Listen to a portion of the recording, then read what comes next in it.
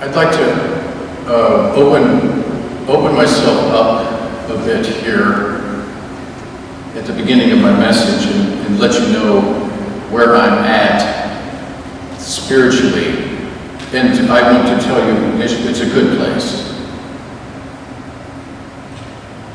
And I shared with you last Sunday that I was going to officiate at my best friend Dean's mother's funeral on Friday, which I did.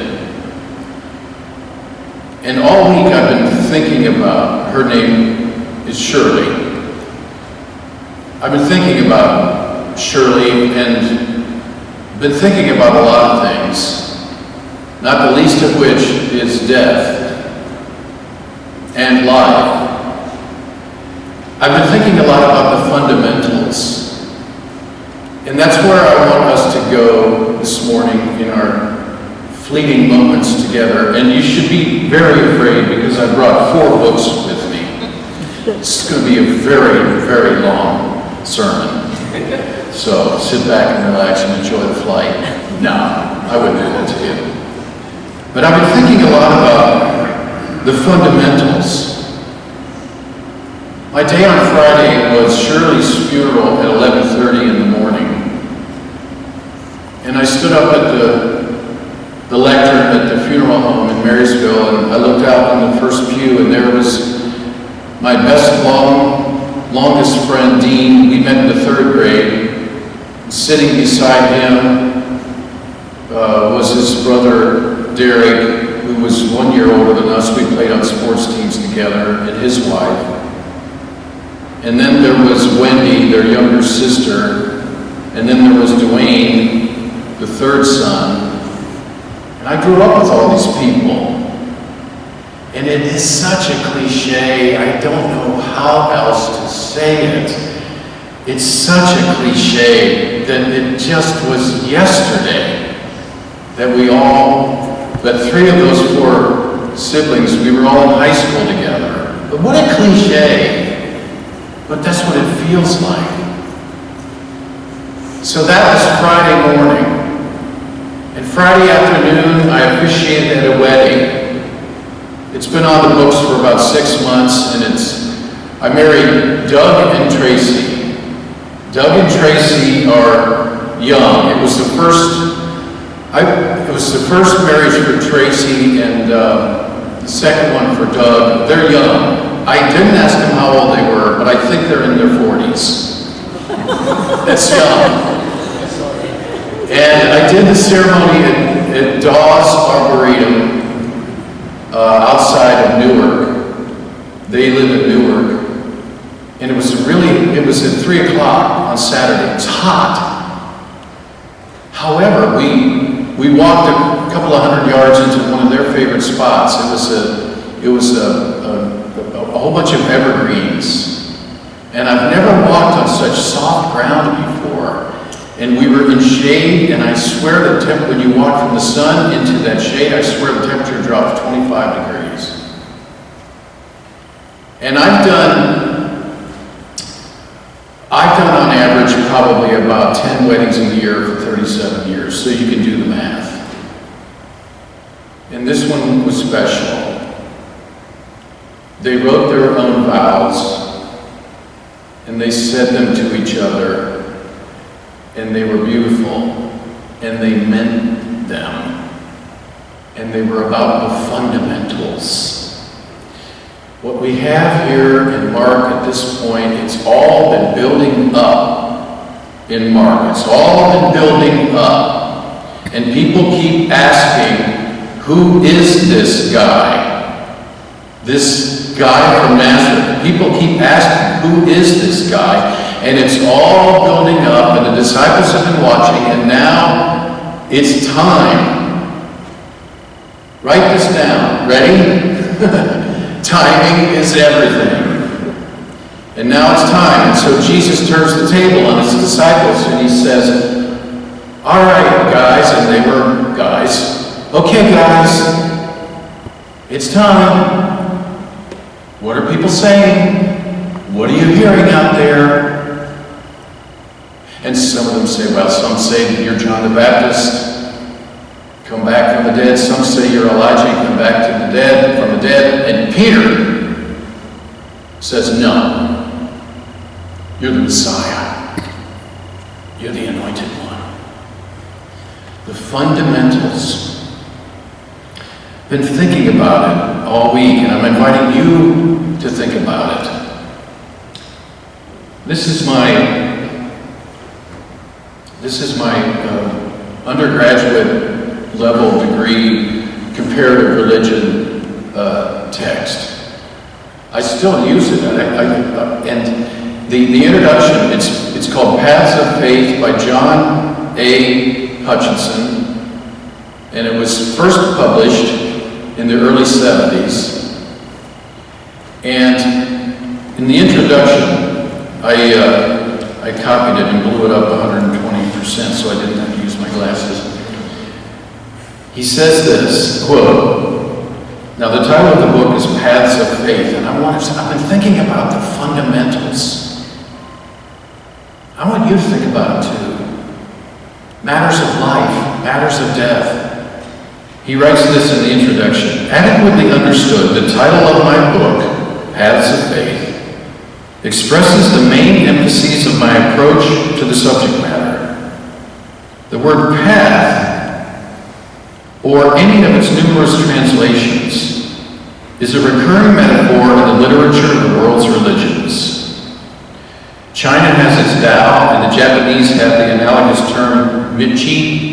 Buddhists speak of their faith as the path of the Buddha, and Muslims characterize Islam as the straight path.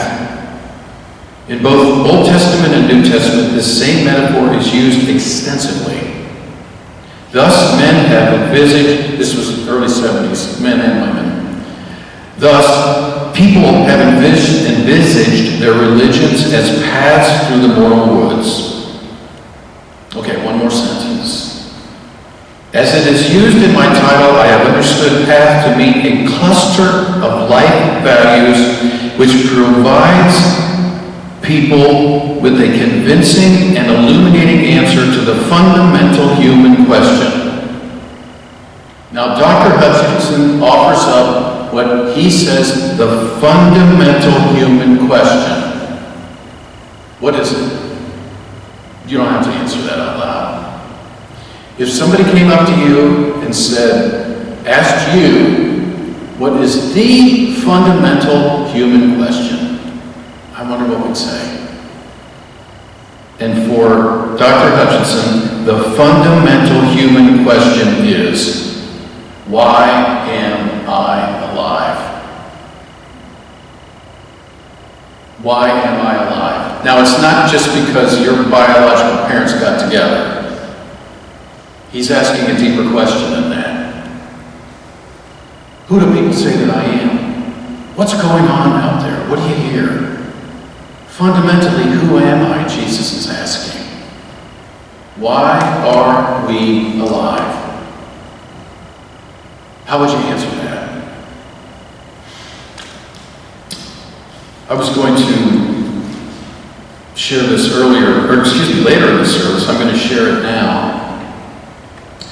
That many of you have come up to me this morning, and I appreciate it.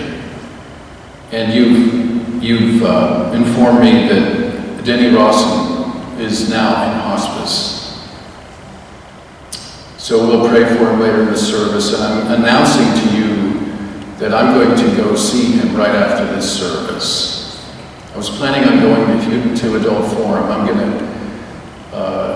The hours are ticking, and I'm going to go see Denny after the service. He's in hospice. And it's interesting timing because I was going to talk about hospice this morning, and I'm going to talk about it now. I looked up that word, the etymology of hospice. Let me read this. It goes back to 1818, rest house for travelers. Paths of faith, paths through the mortal woods. So who do people say I am anyway? Rest house for travelers. especially the houses of refuge and shelter kept by monks in the passes of the Alps. I have, and here's the point, I have a friend in Acton, Ohio, who's a hospice nurse. And I got to know her really well when I was a pastor up there, and she taught me something. And I've been thinking about it all week. She taught me that what she tries to do when she is dealing with a family who has a loved one in hospice, she tries as best she can in a graceful way to get the family to deal with 5 fundamental questions. I'm going to share them with you now, and as you hear them, I'm inviting you not just to think about these questions as they relate to somebody in hospice and a family in hospice. I'm asking us to relate them to life. They're fundamental. And we are invited every day to ask them and to live them. Not in any particular order, but the 5 questions that my hospice nurse tries to get the family to deal with is, number 1, thank you.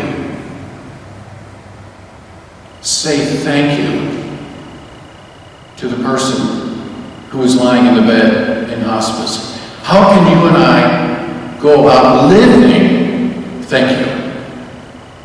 Thank you. The next fundamental question, I forgive you. Forgiveness is fundamental. I forgive you. How can you and I go about today living, I forgive you? And as I like to do in sermons, because I'm sensing it's kind of heavy in here right now, I'm talking about death, I'm talking about fundamentals, so let's lighten it up a little bit. We're going to do something that I like to do. We're going to go around the sanctuary, and everybody's going to say out loud someone you need to forgive. Ready? Casey, you go first. You go over here, I'll go last. Just kidding. Just kidding. Casey's going to answer. I forgive you. So naturally, the next fundamental question in the midst of hospice, in the midst of life is, please forgive me. I can remember years ago during one of the presidential elections, I think I shared this a while back and I'll share it again. During one of the presidential elections, it might have been 2008, no, it was probably 2004, I looked out, it was about a month before the election, or 6 weeks, and I looked out our bedroom window. We were living in Snow, Ohio, and I looked into my neighbor's yard, and we had great neighbors, we loved them, and I was stunned because they had the wrong sign in their yard. And it really upset me, and I struggled with it. I was like, these are really decent people. How could they be so wrong? Right? And there's something about 3 days. You know, Jesus in the grave 3 days. Jonah was in the belly of the fish 3 days or something. I took about 3 days, and how can I still keep these people as my friends? And I figured out a way. You know what I did? I forgave them. And we were such good friends that I eventually told them the story. And I said, I just want you to know, I forgive you for voting for the wrong person. I had to forgive my own father every 4 years, my entire life. Thank you, I forgive you, please forgive me. The next one, I love you. These are fundamental questions in hospice because they're fundamental questions for living. What's the last one? It's the hardest one. And it's the one that I never want to say it. And I usually run away from it. I'm confessing to you because it's too hard. You know what the last one is, right?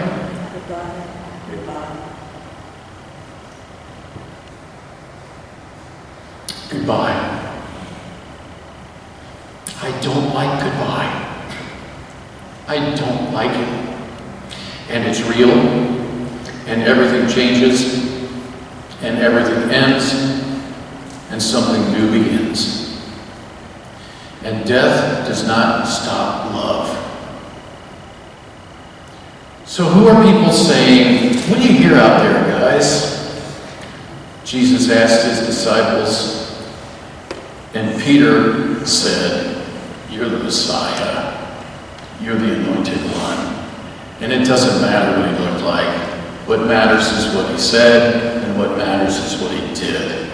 Amen?